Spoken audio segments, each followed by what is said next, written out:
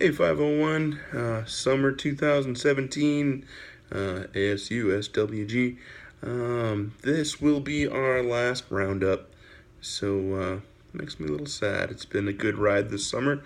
Lots of really, really cool budding social workers in this class.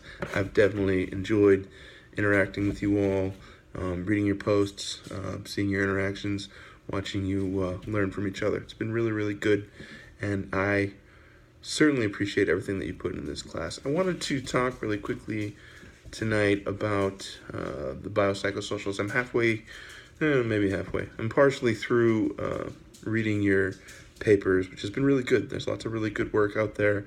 I appreciate everything that you put into them. I've been thinking a lot as I've been reading them about sort of the assessment process that I kind of wanted to talk to you guys about. You know, we at my work, we have loads of assessments coming in, all kinds of assessments throughout the treatment process, but particularly when I'm looking at biopsychosocials, what comes to mind are your initial assessments, okay? So your intake assessments that we do in my clinics.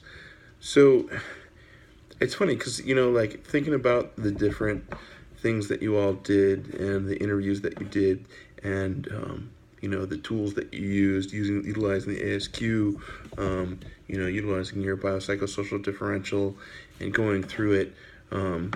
All the tools and all the sort of pieces to it are extremely important, okay?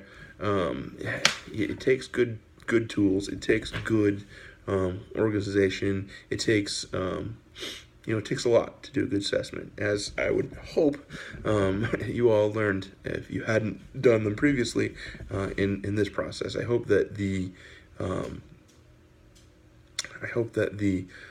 process itself of doing the interview and then translating it down into a written assessment was mind-opening for some of you in terms of how difficult that can be, but how telling it can be, and sort of the way that process can be, I would say the translation of the interview, putting it down on one of the but maybe the main reason that I like this process in this class of breaking things down into the biological, psychological, and social categories is the fact that it really force feeds the analysis to you guys who haven't done it that much yet. I will tell you that later on in life, if you're doing assessments, clinical assessments, whatnot, you're probably not going to do that in the same way again. But this is a way that, to me, really forces you to separate these categories, look at things, and really do that root cause analysis, okay? Really digging into what's going on with these folks, which, I guess later on in your career, you're probably going to be, if you're doing biopsychosocials, later on in your career, you're going to be doing it at a fairly accelerated rate. So this is a great, I love this paper. I love this process because it's a great opportunity for you guys to kind of do it, learn from it by doing it slow and picking it apart. So anyways, like I was saying, the tools and the way that you do it, extremely important, yes. However, there is something more important, okay? I will dare to say more important than the tools, more important than the process itself in the assessment process. And that's going to be the interplay between you, the assessor, the clinician, if you will, and whomever it is that you're doing the interview with, okay? Be that the child, the family, the parents, and again, family in the larger sense of the word, whomever it is that you're interacting with, that is relative to whomever your target is in an assessment. The relationship that you have and the rapport that you build is really the key here in the rest of it, right? Now, why is it more important than the tool? I'm going to say it's more important than the tool because, developing that rapport and being able to sit down with someone, connect with someone, be attuned. We talked about in the Birth of Five world, we talk a lot about attunement with, usually they talk about moms and kids, I will say dads and kids, but you talk about attunement, you talk about, being there, really honing in on what it is that the folks are trying to tell you.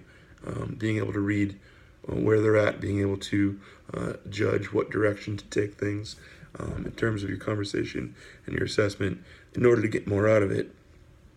That ability to develop that rapport quickly and get more out of an interview is everything.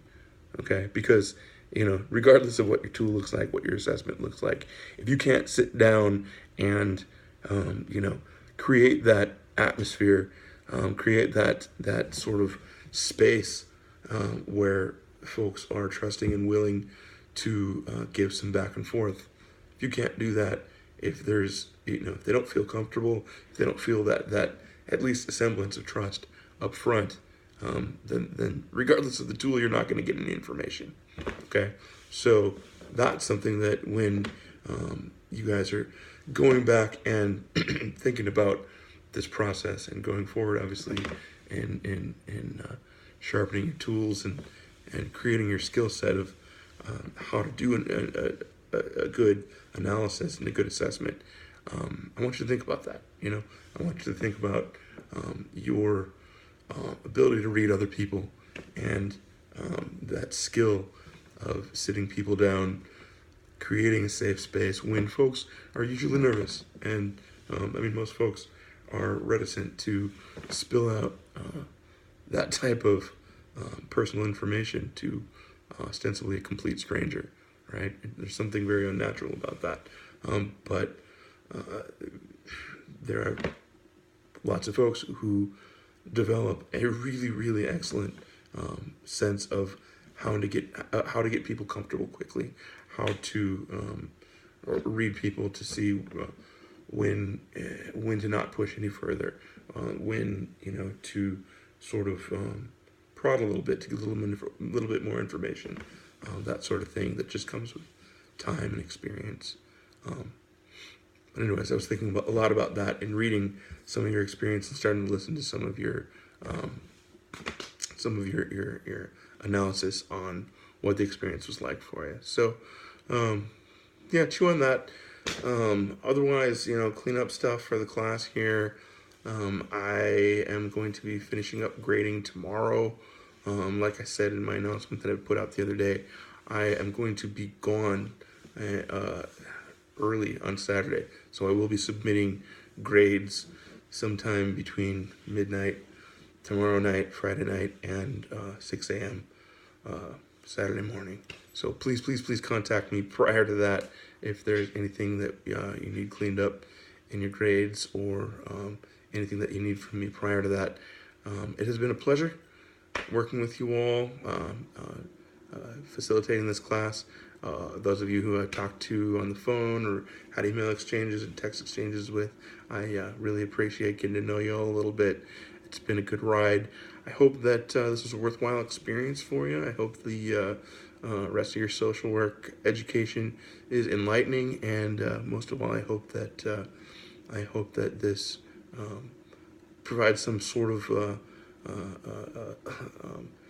landing for you in getting your social work career started, because this world needs more of us, and I appreciate every single one of you deciding to jump in this fun little journey with us. So bid y'all good night. Thank you very much. Take care of yourselves. Please feel free to contact me anytime. My phone number never changes. My email doesn't change, and I'd always be happy to hear from any of you. All right, take care. Thanks, guys.